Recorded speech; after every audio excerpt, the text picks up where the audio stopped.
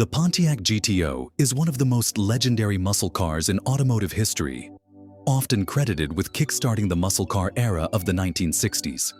With its powerful V8 engine, aggressive styling, and street-dominating performance, the GTO quickly became an icon among car enthusiasts. It was a car that embodied American muscle, delivering high horsepower and thrilling acceleration in a stylish mid-size package.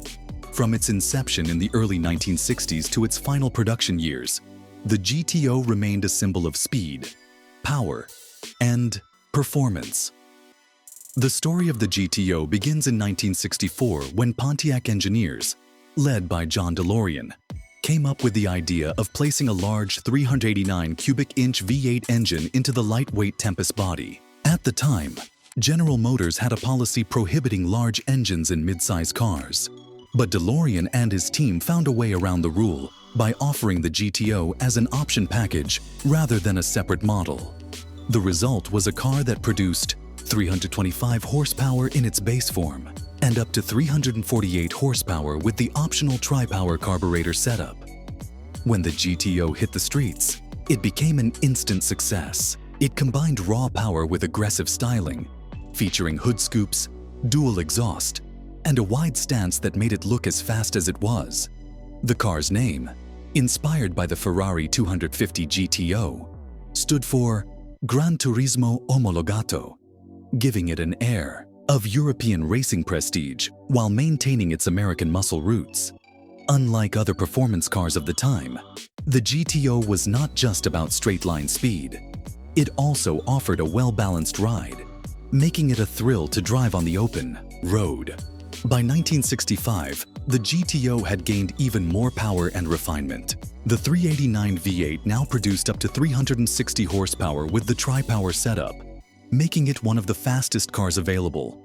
Pontiac also made design improvements, giving the car a more aggressive front grille, stacked headlights, and a sculpted body that enhanced its muscular appearance.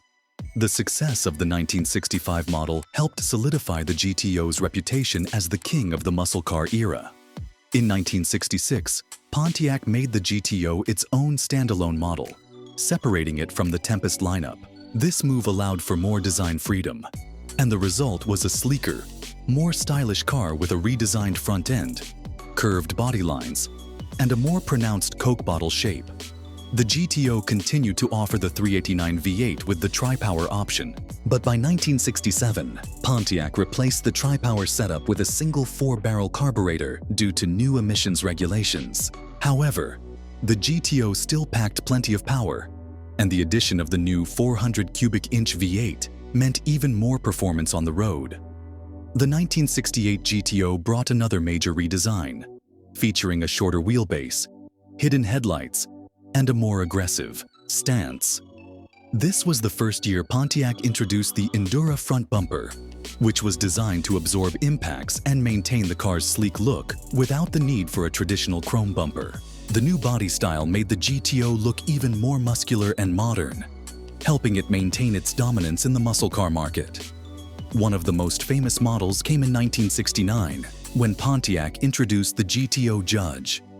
The Judge was a high-performance version of the GTO, designed to compete with budget-friendly muscle cars like the Plymouth Roadrunner. It featured bold graphics, a large rear spoiler, and a Ram Air 3 or Ram Air 4 engine, producing up to 370 horsepower. The Judge's aggressive styling and powerful engine made it one of the most recognizable muscle cars of all time, and its marketing slogan, "The Judge will rule," only added to its mystique.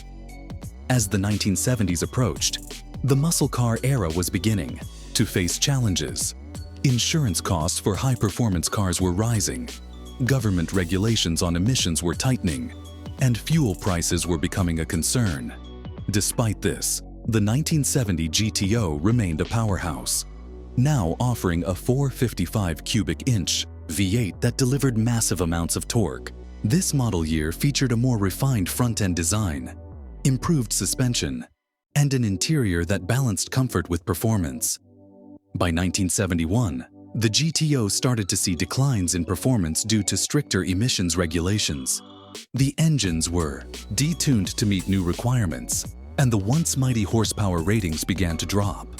The 1971 model still offered the 455 HO engine, but the writing was on the wall for high horsepower muscle cars. The 1972 and 1973 models continued to see performance reductions, and the GTO was gradually losing its edge as insurance companies and fuel shortages made muscle cars less desirable. In 1974, the GTO was downsized and moved to the Pontiac Ventura platform, marking a significant shift away from its original muscle car roots. This version of the GTO was smaller, lighter, and less powerful, offering only a 350 cubic inch V8 as its top engine option. While it still carried the GTO name, it lacked the raw power and presence of its predecessors. By the end of 1974, Pontiac Disc,